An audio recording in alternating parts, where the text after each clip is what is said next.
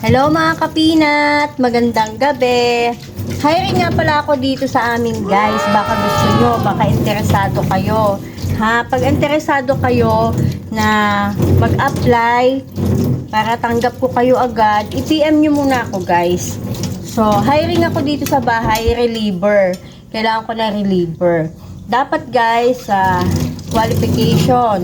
Dapat marunong sa mga gawaing bahay. Yung hindi ko natuturuan, dapat expert na para hindi na ako magtuturo.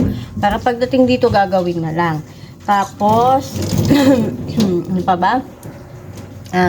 Bukod sa marunong, dapat matiisin, masipag, ganyan. Dapat yung pasensya nyo mahaba at siguradong masipag kayo sa mga gawaing bahay, Tapos, pagkatapos nun, kapag syempre, pagpasado kayo sa magaling maglinis, kahit di naman kagalingan guys yung paglilinis nyo, pagluluto, basta marunong kayo, marunong maglinis, maglaba, magluto, all around guys, Yon, kailangan all around dito sa bahay.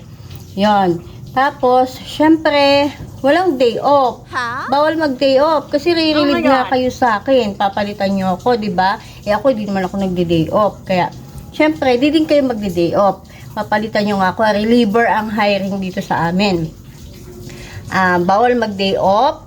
Kayang magtrabaho 24 hours. Matulog ng hating gabi na. Gising ng maaga. Tapos, mag-aasikaso. Maghapon din, magtatrabaho. Parang hindi nauubos yung trabaho ko sa bahay, no? So, basta ganun guys, alam yung gawaing bahay, O, alam nyo na yun. Para hindi nagre-reklamo pag tinanggap ko. Walang reklamo ako maririnig, di ba? Siyempre, para makapagpahinga din ako, guys. Kaya, nag-hire ako. So, eto na ang pinaka-exciting part dyan, guys. Siyempre, walang sahod.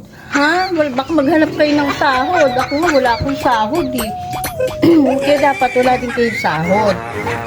Walang sahod, walang allowance. Libre naman pagkain, guys. Kaya lang, yung pag kumain kayo, minsan, lagpas sa oras. Kasi, dahil marami kang gawain, kaya minsan lagpas na ako sa oras kumain. Hindi on time ang pagkain. Pero at least kakain ka, di ba? Tapos, ayun, lagpas sa oras ng pagkain, Ganyan. Tapos minsan, kumakain ka na. Pag kumakain ka na, may bumili, tatayo ka guys. Kailangan tumayo ka, magbebenta ka. Hindi pwedeng hindi ka magbebenta, Ganyan. Tapos, may sabi pa. Tapos, syempre, ayun nga, walang sahod, walang allowance, walang 13-month pay, lalong walang bonus. Lalo yung Pasko na, diba? Diba may bonus tayo? Wala tayo yan, guys. Hindi tayo magbo-bonus. Kaya dapat, tanggap mo yon Kasi pag in-interview kita, yes ka lang ng yes. Para may reliever na agad ako, guys. Makapagpahinga naman ako, no? Yan. So, pag gusto nyo, guys, PM nyo lang ako.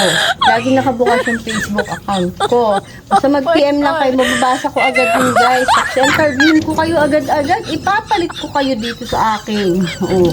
Diba? Reliever ang kailangan ko dito sa bahay. So, ayun yung mga kailangan ko. No? PM nyo lang ako, guys, tapos, interviewin ko kayo. Pasok na kayo agad. Wala nang patumpik-tumpik yan, guys. So, sige, bye-bye na. Hintayin ko kayo. Bye!